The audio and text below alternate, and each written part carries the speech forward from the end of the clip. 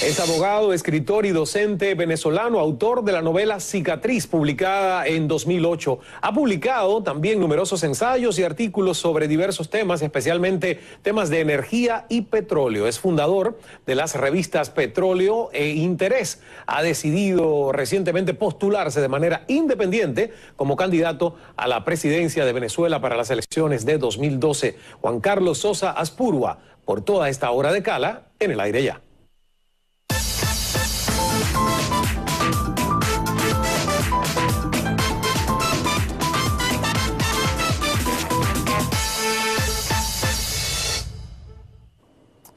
Saludos desde Miami, soy Ismael Cala, bienvenidos como siempre una hora en directo en la que esperamos las preguntas y comentarios de ustedes a través de nuestras redes sociales, @CalaCNN en Twitter y también a través de Facebook CalaCNN. Antes de la conversación, nuestra reflexión de inicio de programa. Venezuela es un país que, lo repito, se percibe políticamente dividido. Creo que eso pocos lo cuestionarían. Por un lado, el presidente Chávez, con un liderazgo incuestionable, no solo nacional, sino también con una importante resonancia internacional, y más adelante vamos a hablar, ha logrado ser el presidente en América Latina con mayor número de seguidores en Twitter, más de 2 millones de seguidores. Pero por otro lado, está la llamada oposición, reunida fundamentalmente en la Mesa de la Unidad Democrática, la cual decidió ir en bloque en las elecciones parlamentarias de septiembre pasado. En ellas sucedió un fenómeno muy particular, reseñado además por la prensa internacional. Esto fue que los votos totales de la Mesa de la Unidad superaron a los del Partido Socialista Unido de Venezuela, el llamado PSUV. Sin embargo, al final del día, mientras que el gobierno obtuvo una mayoría de 98 diputados, la unidad opositora obtuvo 67. Algunos pensaron, ¿cómo fue posible que la oposición, sacando más votos que el gobierno, obtuvieran menos diputados? Cerrado el capítulo parlamentario, se viene ahora toda la atención para la elección presidencial de 2012, cuya fecha no ha sido anunciada por parte del Consejo Nacional Electoral. El presidente Chávez jamás ha ocultado su deseo de participar como candidato por cuarta vez, y la oposición dio un paso que consideró fundamental, ir como un bloque y escoger a un solo candidato en elecciones primarias a realizarse el 12 de febrero próximo. Ahora, la gran mayoría de los partidos grandes, pequeños, nuevos y viejos se han puesto de acuerdo en que van a apoyar a ese único candidato opositor que enfrentaría al ya candidato oficialista, el presidente Hugo Chávez. No obstante, parece que habrá más de 2 candidatos en esa boleta electoral. Al menos hasta ahora así lo podemos afirmar, porque lo ha dejado saber de este modo el abogado Juan Carlos Sosa Azpurua, quien el pasado viernes anunció su decisión de postularse a la presidencia de Venezuela como una tercera opción. Y sí, escuchó bien, una tercera opción.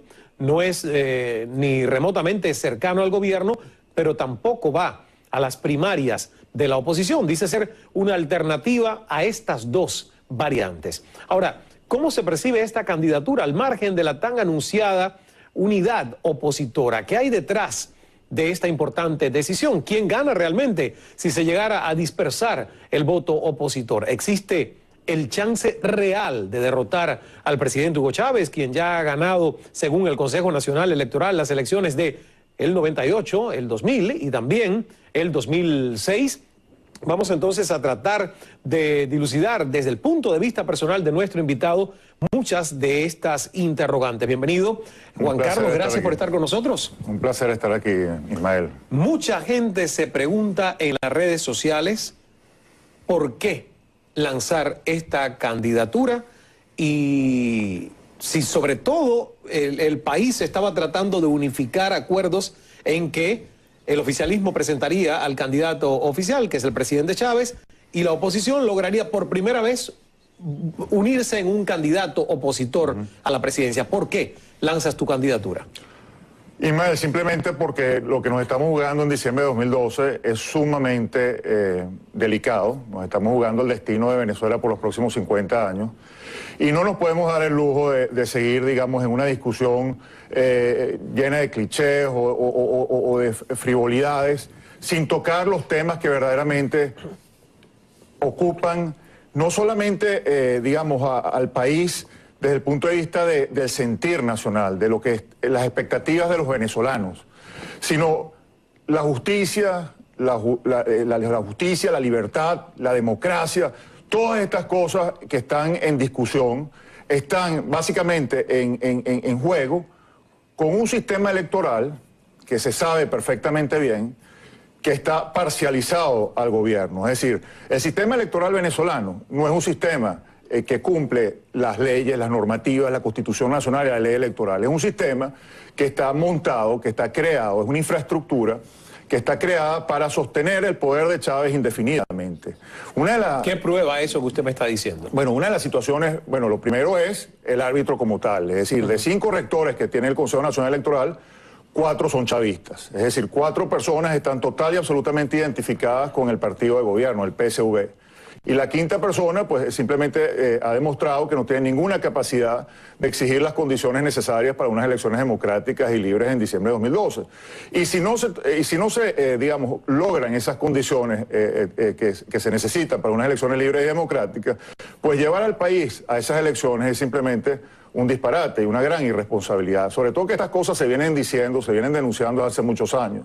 Hay estudios técnicos hechos por personas verdaderamente capacitadas, especializadas en la materia, que demuestran dónde están los vicios y qué se tiene que hacer para corregirlos. Entonces, cuando uno ve que los partidos, digamos, que manejan esto que llaman la mesa de la unidad, lo que hacen es exigir un cronograma electoral y están absolutamente resignados a llevar estas elecciones con este Consejo Nacional Electoral tal y como está. Y ya han hecho elecciones pasadas, porque no es cierto, no está bien decir que la primera vez que va a ir la oposición con un candidato unitario es ahora en diciembre de 2012. Eso no es así. En diciembre de 2006... la oposición llevó un solo candidato a las elecciones. Pero no hubo primarias en aquel momento. Claro, porque ahí sí había una unidad total, hubo un consenso nacional con respecto a cuál iba a ser el candidato, y todo lo que fue el país opositor se volcó a apoyar ese candidato. Resulta que llegó diciembre de 2012, los resultados ni siquiera eran matemáticamente irreversibles, y ese candidato pues anunció el triunfo del candidato opositor, en este caso Chávez, reconociendo una derrota que todavía no se podía demostrar. Y no solamente eso, sino llegó al punto de decir que la diferencia que estaba comunicando el Consejo Nacional Electoral no era tal, que la diferencia era más corta, en pocas palabras, que se había cometido fraude, pero que sí, que efectivamente había ganado Chávez. Entonces yo me pregunto, ¿acaso que el fraude se puede cometer a medias? O una mujer está embarazada o no está embarazada, o tú cometes fraude o no cometes fraude. O sea, si el CNE está proyectando unos resultados que no son los que el candidato dice que son, entonces bueno, eso merece una investigación, y sin embargo se dejó así. Entonces ya no estamos para ese tipo de frivolidades. Aquí hay que abordar el problema con toda la seriedad, con todo el profesionalismo, y tenemos que volcar a todo el país hacia esa exigencia de condiciones, que pasa no solamente por exigir que se cumpla la ley con respecto a los 5 rectores, para que sean verdaderamente representativos de la sociedad y sean imparciales. Y no nos digan, bueno, vamos a jugar fútbol, y resulta que tú eres el candidato del partido X, y yo soy del equipo X, y yo soy del equipo Y, y resulta que todos los árbitros son del equipo X. Entonces yo digo, bueno, así igual juego.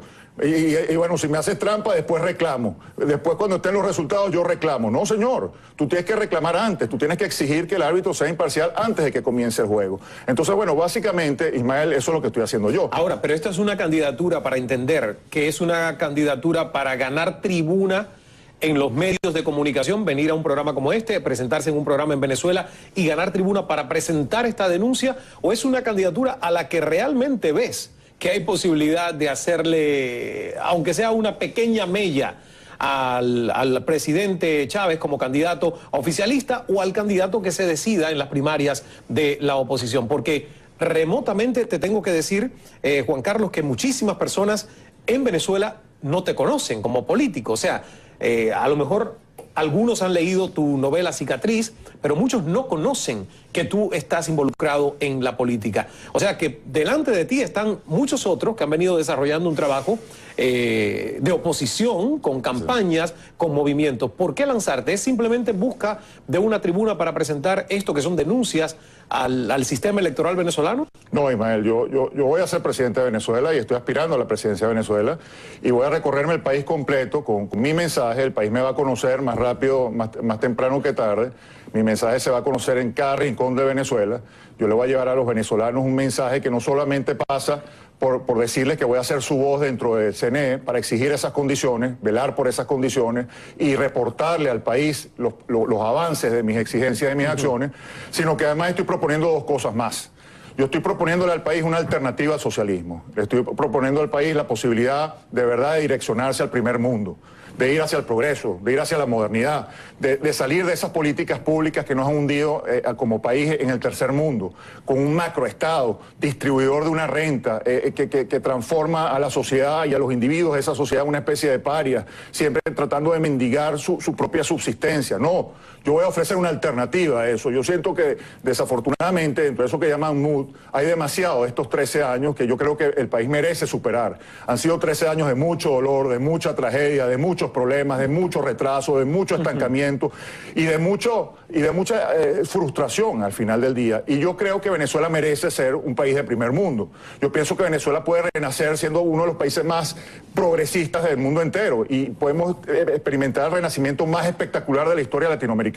Pero para eso hay que ser firme, hay que ser contundente, hay que aplicar políticas públicas total y absolutamente alejadas de ese socialismo que nos ha venido precisamente trancando como país. Entonces, eso es una de las razones también por las cuales yo no pretendo ir a primarias, porque básicamente se le está obligando al candidato que resulte de esa primaria a adoptar un programa de gobierno que está demasiado imbuido estos 13 años, Ismael, que no se diferencian mucho de las políticas públicas que se vienen aplicando en Venezuela en los últimos 30 años y que nos han hundido en el cuarto mundo. Entonces, no, yo creo que los venezolanos nos merecemos una alternativa a eso. Ese 65% de venezolanos que hoy en día no se identifica con el oficialismo y tampoco se identifica con eso que se llaman MUD, necesita una voz. Necesita un representante, alguien que les diga, señores, vamos al primer mundo y vamos a hacer todo lo necesario para llegar al primer mundo. Y esa voz es la tuya, sin embargo, tengo que decirte una vez más, quizás mucha de esa gente que a partir de hoy te esté viendo en este programa, hasta ahora no había escuchado de ti. Pero por ejemplo, dice Franklin Rincón, disculpa Ismael, además de la madre de tu invitado, ¿quiénes más lo conocen? ¿Y quieres ser presidente de la República? ¿Cómo? En Miami. Dice Chilean75, Sosa, candidato venezolano. ¿Por qué en Sudamérica nos gustan los escritores en la política? Tenemos ganas de que nos hagan un cuento. En fin, te podría leer muchos de los mensajes en las redes sociales que realmente, como para muchos, le ha tomado por sorpresa esta candidatura.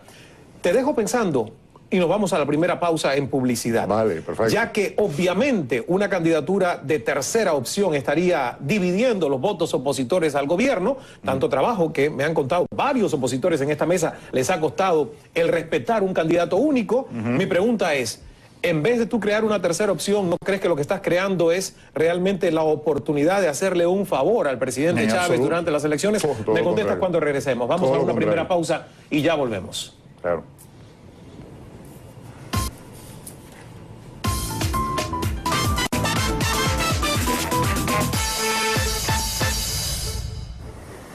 Gracias por estar con nosotros en esta hora. Estamos conversando con Juan Carlos Sosa Azpurua, que es abogado, catedrático, autor de esta novela Cicatriz 2008, que por cierto, realmente ahorita hablaremos un poquito de la novela porque no es el tema central de la entrevista, pero es una muy agradable lectura y una novela sociológica porque tiene la intención de hacer un retrato de una sociedad a través de sus cicatrices morales. Exactamente. Pero hablemos un poco más de la novela, digamos, más adelante en el programa, porque has venido acá y tengo que decirlo que hay muchísima gente preguntándome la razón por la que te invitamos. O sea, dice José Zapata Gómez, ¿qué le pasó a tus productores? ¿De dónde sacaron a ese señor que nadie conoce? Hay más gente de oposición y oficialismo conocidos. Acá hay otro que dice, por ejemplo, Maferro Merod, nadie lo conoce y no tendrá apoyo de no ir por la unidad. El país grita unión. Alguien que se presenta polarizado no ganará.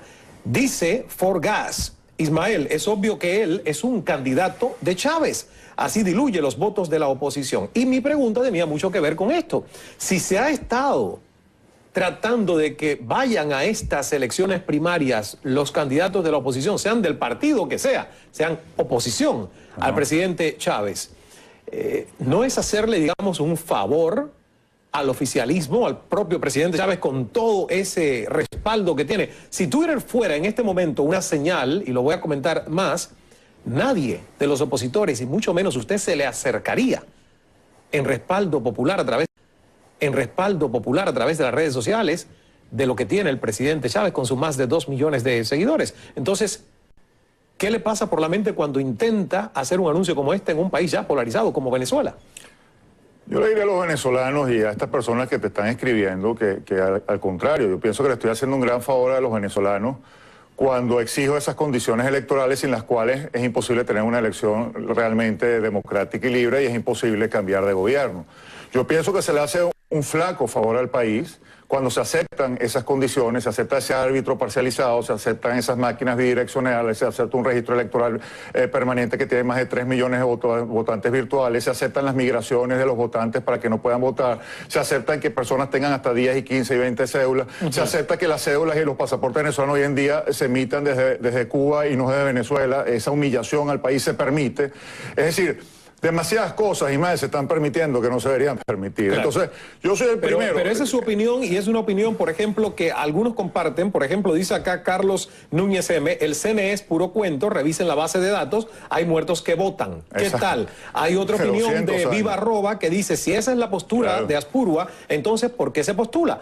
Va a cambiar el CNE en Venezuela. Y es lo que me suena a mí. Que cambie, es que tiene que cambiar. Pero es lo interesante y es lo que yo creo que tú me expliques. O sea, si tú estás denunciando que el Consejo Nacional Electoral venezolano no es confiable, ¿cómo puedes confiar en lanzar una candidatura? Por ahí es mi pregunta, de que si esto es nada más ganar tribuna pública y poder tener la tribuna para hablar. Y te agradezco muchísimo la pregunta, Ismael. Primero, yo soy yo le he dicho a los personajes de la mesa de unidad, a las personas que están allí, que yo sería feliz de medirme en unas primarias. Yo no tengo ningún inconveniente en medirme en unas primarias. Entonces sí irías a unas primarias. Claro, pero hagamos esas primarias sin ese proceso que para mí está viciado. O sea, yo lo que no me puedo someter es unas primarias con un proceso que yo estoy denunciando desde hace años, de hace por lo menos 6 años, que está viciado. Entonces, si la mesa de la unidad no está dispuesta a luchar por eso, bueno, yo le estoy presentando al país una alternativa que sí está dispuesta a luchar por eso. Hacer todo lo que sea necesario para que no nos hagan esa trampa otra vez, como ya nos las han hecho y como seguro nos las van a hacer, a menos que cambiemos ese procedimiento. Y otra cosa es lo que te decía antes. No me puedo someter a un reglamento que ha diseñado esta mesa de la unidad arbitrariamente, porque no representa la mayoría del país, Ismael. Esos son unas 5 o 6 personas que encabezan unos partidos que tienen menos del 10% del apoyo popular, que están decidiendo un reglamento y están ofreciendo eso como la única alternativa al país. Y ese reglamento obliga a que uno necesariamente tenga que aplicar unas políticas públicas que, bueno, que han estancado al país durante 40 años. Entonces yo tengo la capacidad de llevar a cabo políticas públicas totalmente diferentes, que a la vuelta de la esquina pueden transformar a Venezuela en un gran país, pueden generar una cantidad de acciones virtuosas que generen empleo, que generen inversiones, que generen prosperidad, que hagan que las personas que están ahorita en un rancho, se les está cayendo el techo y tienen que recibir migajas para poder subsistir, efectivamente tengan la oportunidad de tener un gran trabajo y de ganarse el pan con su esfuerzo y de salir del rancho y comprarse una buena vivienda y tener dinero para poderla pagar y pagarle el colegio a sus hijos, ir a un hospital y que el hospital efectivamente funcione. Suena todo muy bien. Estas cosas, no es algo que no hayamos escuchado en las promesas de un político. Sin duda. Lo que quiero es que cuando regresemos de las noticias usted me diga que haría diferente a lo que está haciendo hoy el gobierno de Venezuela para poder llevar a cabo eso que usted dice, que es mejorar las condiciones que tiene el venezolano hoy por hoy. Vamos a hacer una pausa, pero esta vez para las noticias. Regresamos en solo 90 segundos. Por favor, quédese ahí, no se nos vaya. Vale.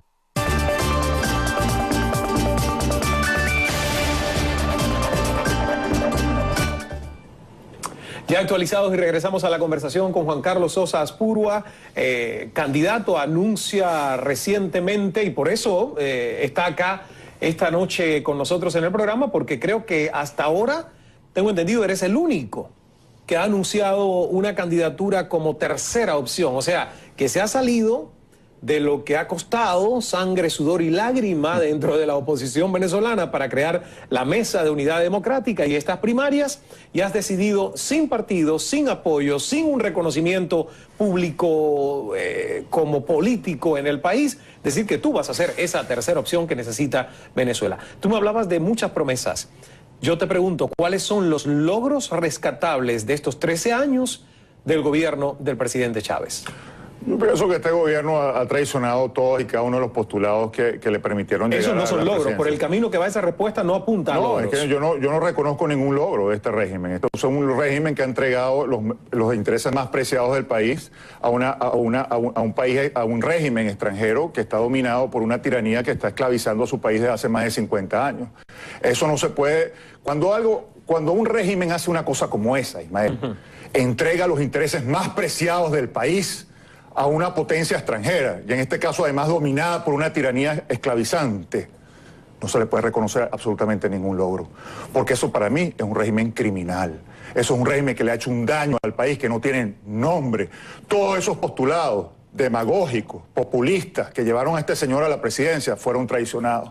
Yo veo que después de 13 años, las ciudades de Venezuela se están cayendo a pedazos.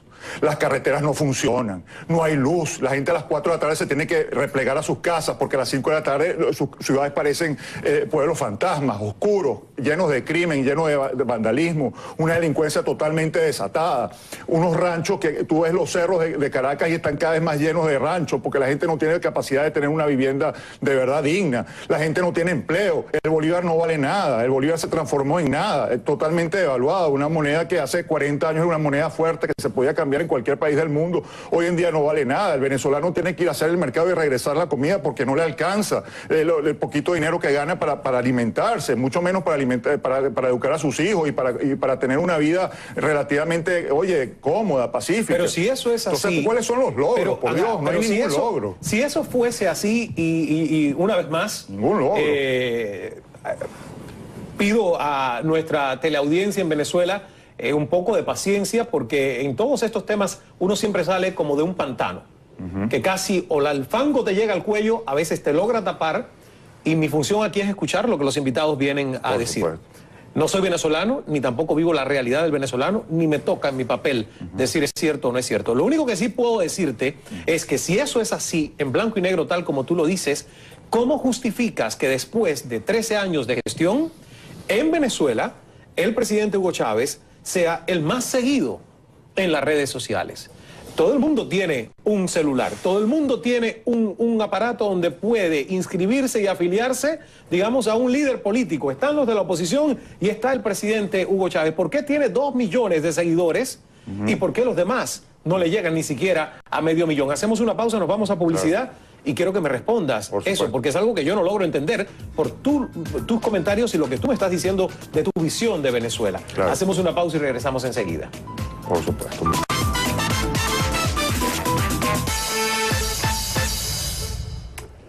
Gracias por continuar con nosotros y por supuesto que estamos en directo.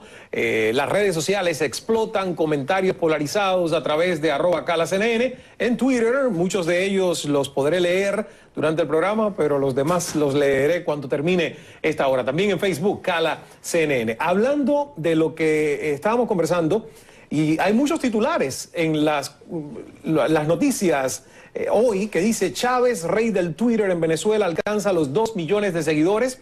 Y es que la cuenta de Twitter del presidente venezolano Hugo Chávez, que es una herramienta de comunicación que en poco más de un año se ha hecho clave para él, especialmente, desde que se supo que padece cáncer, alcanzó hoy los 2 millones de seguidores. Y con la etiqueta 2 millones y venciendo, y anuncios de página completa en los periódicos encabezados por el emblemático pajarito de la red social, de rojo y con boina revolucionaria, el gobierno venezolano animó durante todo el día a que nuevos candangueros, o sea que son los seguidores de la cuenta del presidente Chávez, se unieran a la cuenta presidencial que es Chávez Candanga.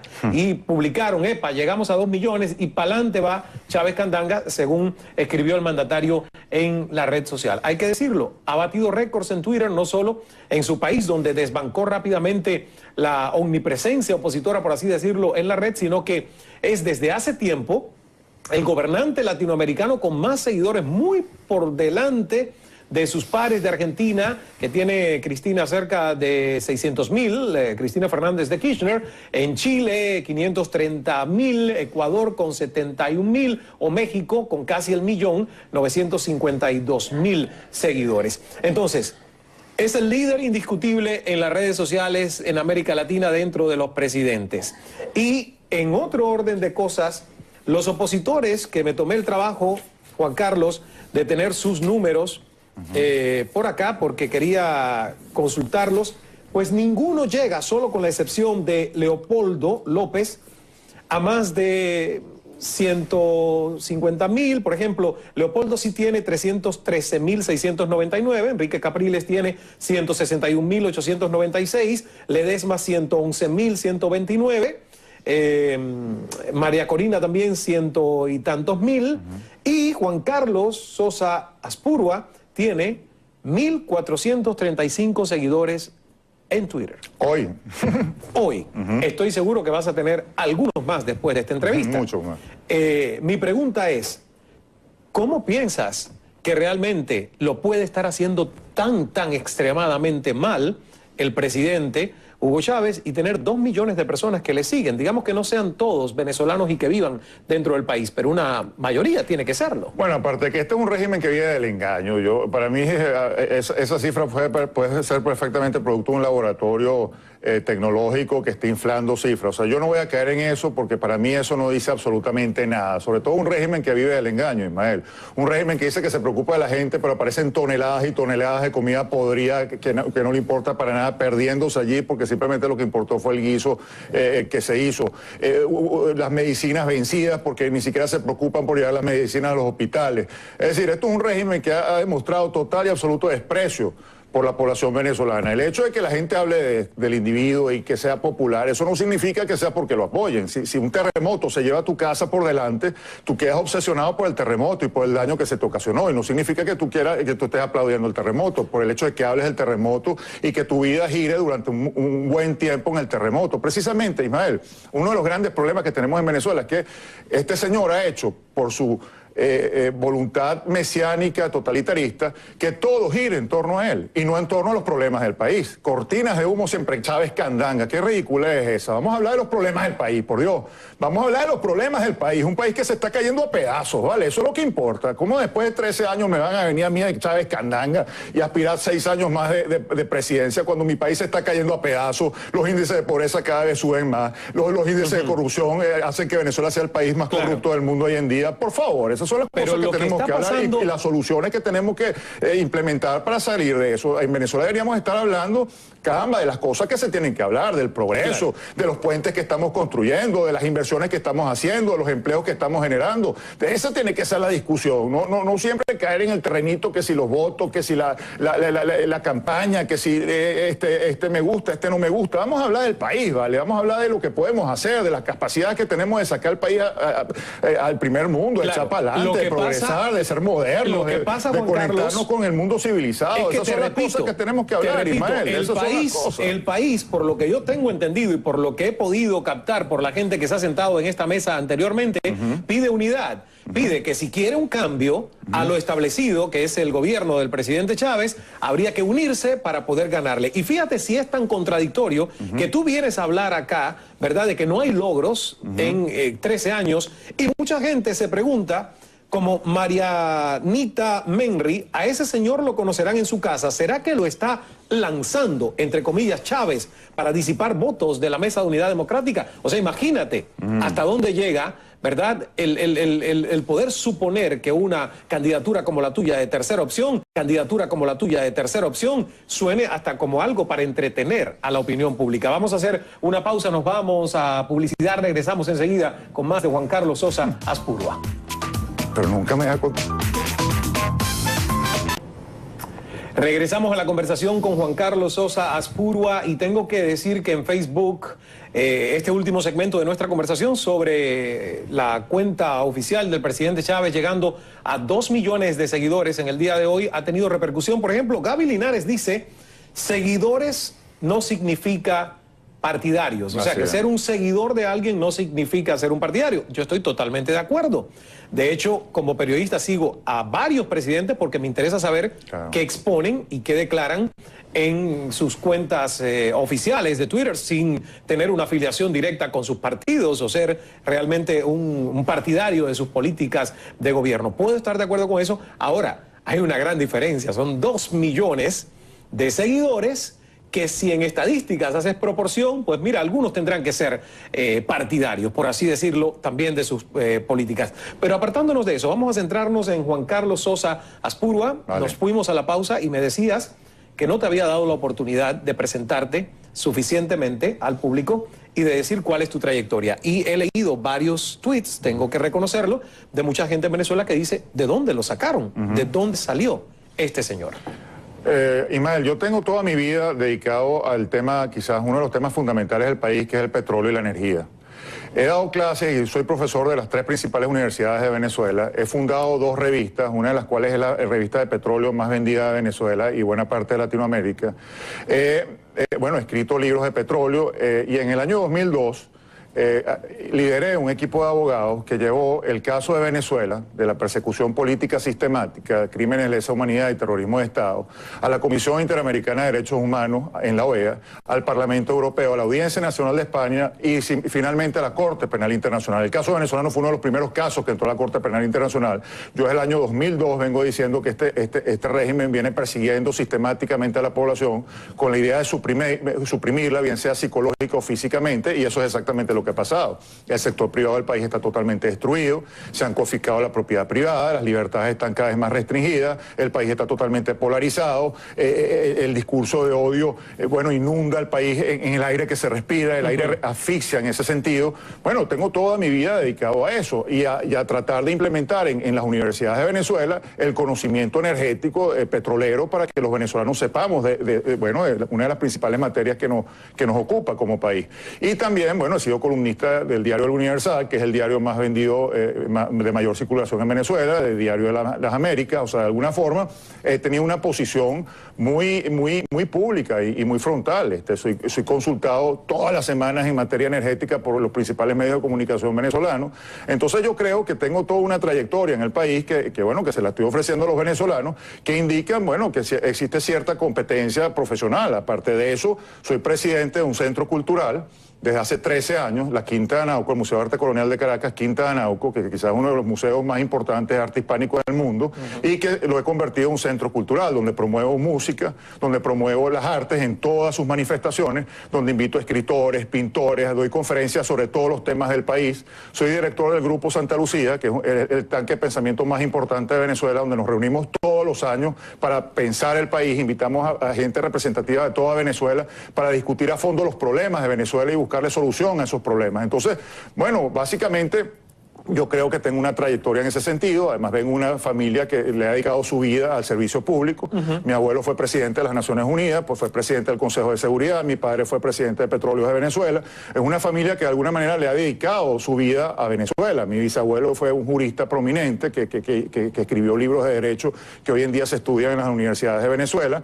Entonces yo creo que a la hora de medir la trayectoria de una persona para que opte a la presidencia de la República, oye, vale mucho más, o sea, vale mucho más que simplemente ser alcalde o simplemente ser gobernador, lo cual es muy loable y yo lo aplaudo y reconozco una labor en ese sentido de muchos políticos que yo valoro y reconozco y que estimo a título personal.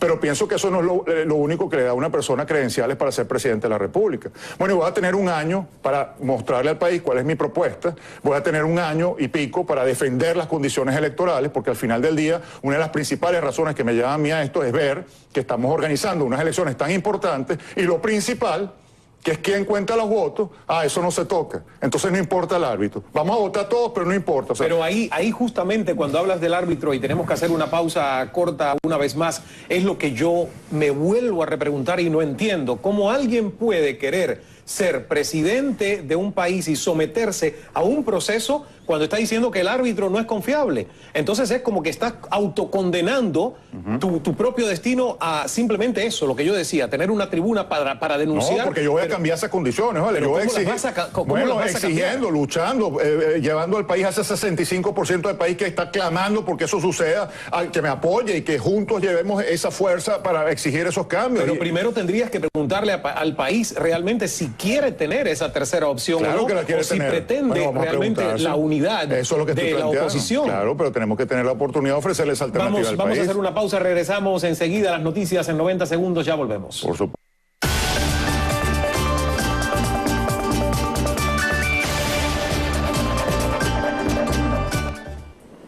Ya actualizados, continuamos la conversación con Juan Carlos Sosa Azpurua y leí una pregunta de Twitter, ahora me hacen una repregunta que no contestaste y yo creo que a lo mejor te suena obvio, pero esta persona quiere que tú contestes si realmente tú estás como escritor que eres, y además ya hiciste tu primera novela, si tu candidatura no es una novela y está orquestada por el propio presidente Hugo Chávez.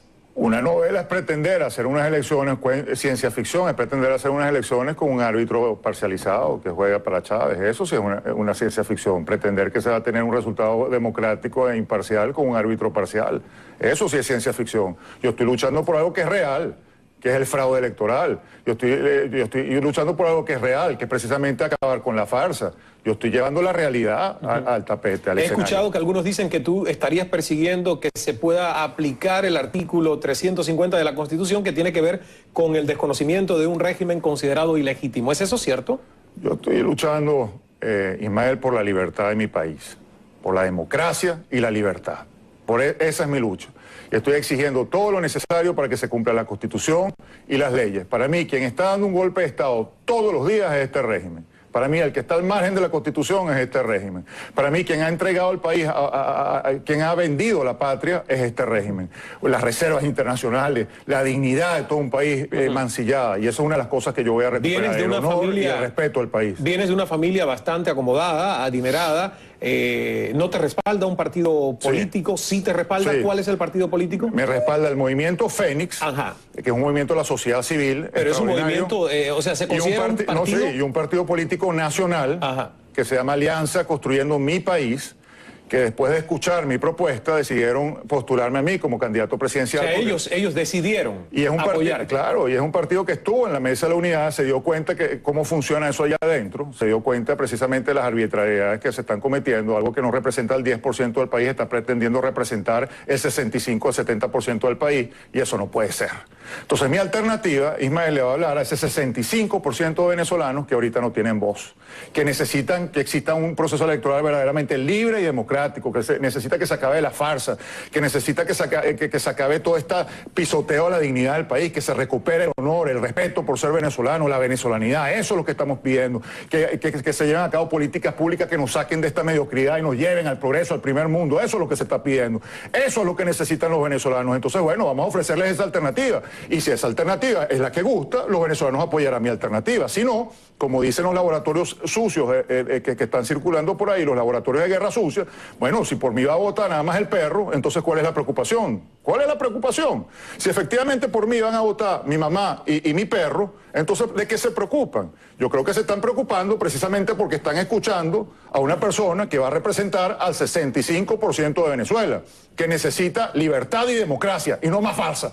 Y no más farsa. Vamos a hacer una pausa, nos vamos a la publicidad, regresamos enseguida, no se nos vaya. Regresamos al final de esta conversación con Juan Carlos Sosa Azpurua y hay muchísimos mensajes a propósito de lo que hemos comentado durante esta hora, sobre todo de que la cuenta oficial del presidente Chávez haya arribado ya a los 2 millones de seguidores. Por ejemplo, Carbonell Jorge dice, no todos esos seguidores en Twitter son venezolanos, además no todos son chavistas, sin mencionar que el 20% de ellos son fantasmas. Y dice Marco Soledad, hola, saludos, más del 50% de los seguidores de Chávez son para mentarle la madre.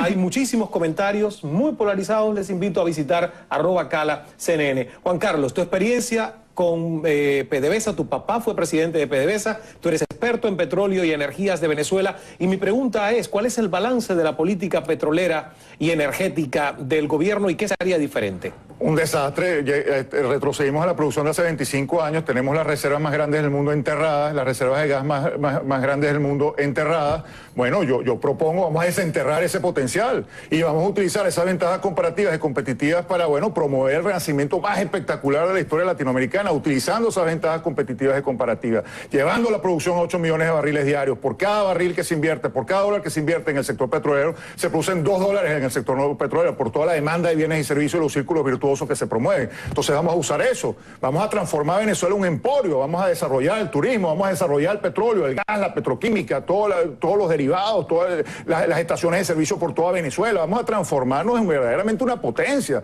Yo le propongo al país, vamos a pensar en grande, vamos a salirnos de la mediocridad, vamos a pensar en grande, en el gran país que podemos ser, orgullosos de nosotros mismos, de nuestra venezolanidad. Entonces, bueno, yo le propongo al país, yo tengo toda la experiencia del mundo en materia petrolera y energética, tengo todo el conocimiento de cómo funciona a nivel mundial, vamos a ponerlo a trabajar por los venezolanos, vamos a impulsar a Venezuela como debe ser y salir de la discusión chiquita, vamos a discutir de los grandes temas, empezando por la necesidad de un consejo electoral que funcione, de unas condiciones que nos permitan tener unas elecciones libres y democráticas, porque esa es la puerta que lo dice todo. Y por supuesto al final vamos a rescatar el orgullo venezolano, vamos a acabar con toda esta cubanización, con toda esta cosa que está pasando fea, horrible que está pasando. Vamos a de verdad transformarnos en Venezuela de primera, como nos merecemos ser, como en un momento determinado fuimos. De 1950 a 1970 Venezuela tuvo el crecimiento económico más importante del mundo. Vamos a regresar a eso, por Dios. Nos queda menos de un minuto para terminar el programa, Juan Carlos. Es el tiempo de lo que llamamos última palabra, reflexión abierta, lo que quieras decirle a nuestra teleaudiencia. Bueno, magnífico, Carla, que me haya dado esta extraordinaria oportunidad, tú y CNN, caramba, de hablar así como he hablado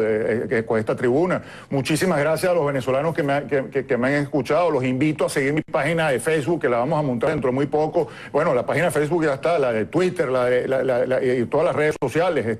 Y por supuesto, los invito a acompañarme en este gran reto que tenemos por delante. Y que Dios, por supuesto, vaya por delante de todo esto, porque yo confío en mi destino, confío en el destino de Venezuela y confío en el destino de todos los venezolanos. Vamos juntos a lograr este objetivo. ¿Quiénes van a financiar tu campaña? Dices que te queda un año para lograr movilizar masas. ¿Quiénes darán la plata? ¿Es tu fortuna personal, de tu familia? ¿De dónde va a salir el dinero? 30 segundos, tengo que irme. De toda la gente que cree en esto, que es mucho. De toda la gente que cree en eso. De toda la gente que va a apoyar esto. Capital privado, organizaciones, ¿de qué estamos hablando? Todo el que quiera meterse en este sueño me va a apoyar. Bueno, muchísimas gracias. Para materializarlo, obviamente. Juan Carlos, por estar con nosotros en esta oportunidad. Se queda pendiente, en otro momento hablaremos de Cicatriz, tu primera novela, y mientras me la sigo leyendo, así que si regresas ya yo me la habré terminado. Gracias a ustedes y, por supuesto, recordándoles que el secreto del buen hablar es saber escuchar. Hasta la próxima.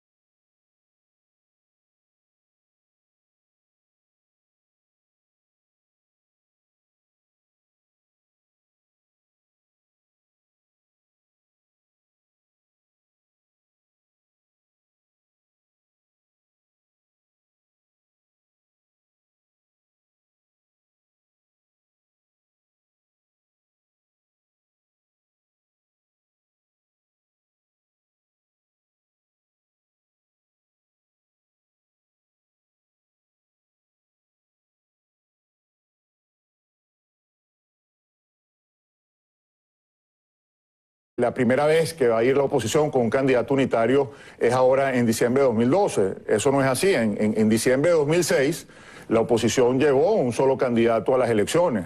Pero no hubo primarias en aquel momento. Claro, porque ahí sí había una unidad total, hubo un consenso nacional con respecto a cuál iba a ser el candidato, y todo lo que fue el país opositor se volcó a apoyar ese candidato. Resulta que llegó diciembre de 2012, los resultados ni siquiera eran matemáticamente irreversibles, y ese candidato pues anunció el triunfo del candidato opositor, en este caso Chávez, reconociendo una derrota que todavía no se podía demostrar. Y no solamente eso, sino llegó al punto de decir que la diferencia que estaba comunicando el Consejo Nacional Electoral no era tal, que la diferencia era más corta, en pocas palabras, que se había cometido fraude, pero que sí, que efectivamente había ganado Chávez.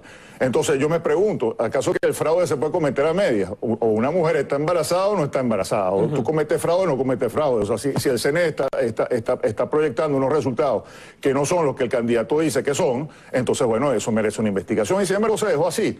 Entonces ya no estamos para ese tipo de frivolidades. Aquí hay que abordar el problema con toda la seriedad, con todo el profesionalismo, y tenemos que volcar a todo el país hacia esa exigencia de condiciones, que pasa no solamente por exigir que se cumpla la ley con respecto a los 5 rectores, para que sean verdaderamente representativos de la sociedad y sean imparciales. Y no nos digan, bueno, vamos a jugar fútbol, y resulta que tú eres el candidato del partido X, y yo soy del equipo X, y yo soy del equipo Y, y resulta que todos los árbitros son del equipo X.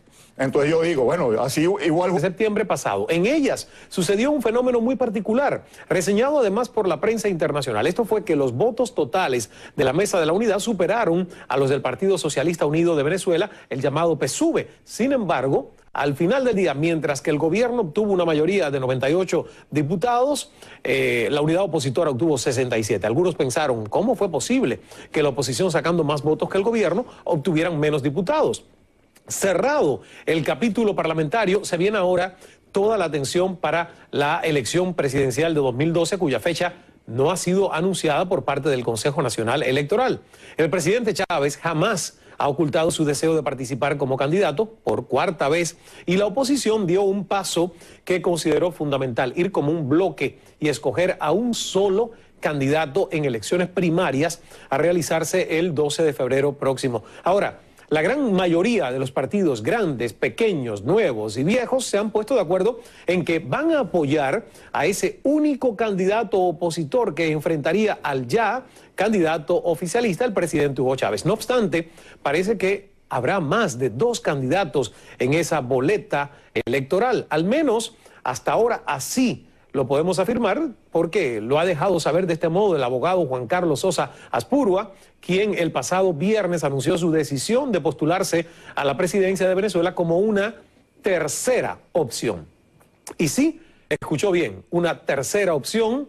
No es ni remotamente cercano al gobierno, pero tampoco va a las primarias de la oposición. Dice ser una alternativa a estas 2. Todas estas cosas que están en discusión están básicamente en juego con un sistema electoral que se sabe perfectamente bien que está parcializado al gobierno. Es decir, el sistema electoral venezolano no es un sistema que cumple las leyes, las normativas, la Constitución Nacional y la ley electoral. Es un sistema que está montado, que está creado, es una infraestructura que está creada para sostener el poder de Chávez indefinidamente. ¿Qué prueba eso que usted me está diciendo? Bueno, una de las situaciones, bueno, lo primero es el árbitro como tal. Es decir, de 5 rectores que tiene el Consejo Nacional Electoral, 4 son chavistas. Es decir, 4 personas están total y absolutamente identificadas con el partido de gobierno, el PSV. Y la 5ª persona, pues simplemente ha demostrado que no tiene ninguna capacidad de exigir las condiciones necesarias para unas elecciones democráticas y libres en diciembre de 2012. Y si no se digamos, logran esas condiciones que se necesitan para unas elecciones libres y democráticas, pues llevar al país a esas elecciones es simplemente un disparate y una gran irresponsabilidad. Sobre todo que estas cosas se vienen diciendo, se vienen denunciando hace muchos años.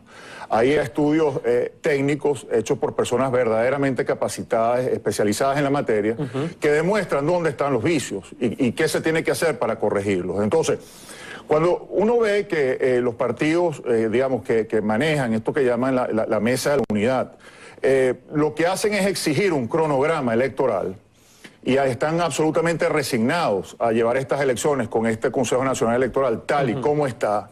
Y ya han hecho elecciones pasadas, porque no es cierto, no está bien decir que el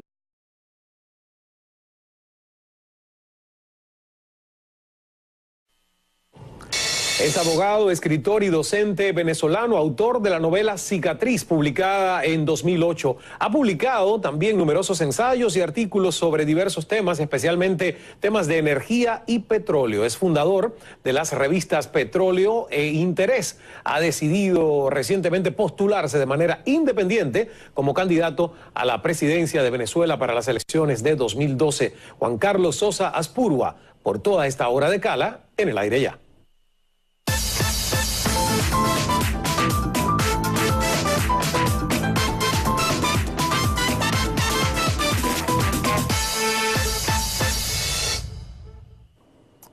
Saludos desde Miami, soy Ismael Cala, bienvenidos como siempre una hora en directo en la que esperamos las preguntas y comentarios de ustedes a través de nuestras redes sociales, @CalaCNN en Twitter y también a través de Facebook CalaCNN. Antes de la conversación, nuestra reflexión de inicio de programa. Venezuela es un país que, lo repito, se percibe políticamente dividido. Creo que eso pocos lo cuestionarían. Por un lado, el presidente Chávez, con un liderazgo incuestionable, no solo nacional, sino también con una importante resonancia internacional, y más adelante vamos a hablar, ha logrado ser el presidente en América Latina con mayor número de seguidores en Twitter, más de 2 millones de seguidores. Pero por otro lado, está la llamada oposición, reunida fundamentalmente en la Mesa de la Unidad Democrática, la cual decidió ir en bloque en las elecciones parlamentarias de variantes. Ahora, ¿cómo se percibe esta candidatura al margen de la tan anunciada unidad opositora? ¿Qué hay detrás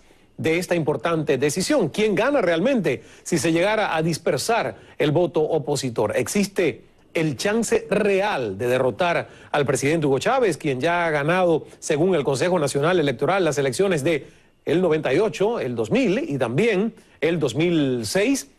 Vamos entonces a tratar de dilucidar desde el punto de vista personal de nuestro invitado muchas de estas interrogantes. Bienvenido, Juan Carlos, gracias por estar con nosotros. Un placer estar aquí, Ismael. Mucha gente se pregunta en las redes sociales por qué lanzar esta candidatura y si sobre todo el país estaba tratando de unificar acuerdos en que el oficialismo presentaría al candidato oficial, que es el presidente Chávez, y la oposición lograría por primera vez unirse en un candidato opositor a la presidencia. ¿Por qué lanzas tu candidatura?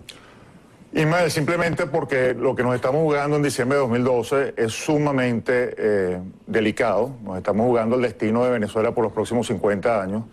Y no nos podemos dar el lujo de seguir, digamos, en una discusión llena de clichés o de frivolidades, sin tocar los temas que verdaderamente ocupan no solamente, digamos, al país desde el punto de vista del sentir nacional, de lo que es las expectativas de los venezolanos, sino la justicia, la justicia, la libertad, la democracia,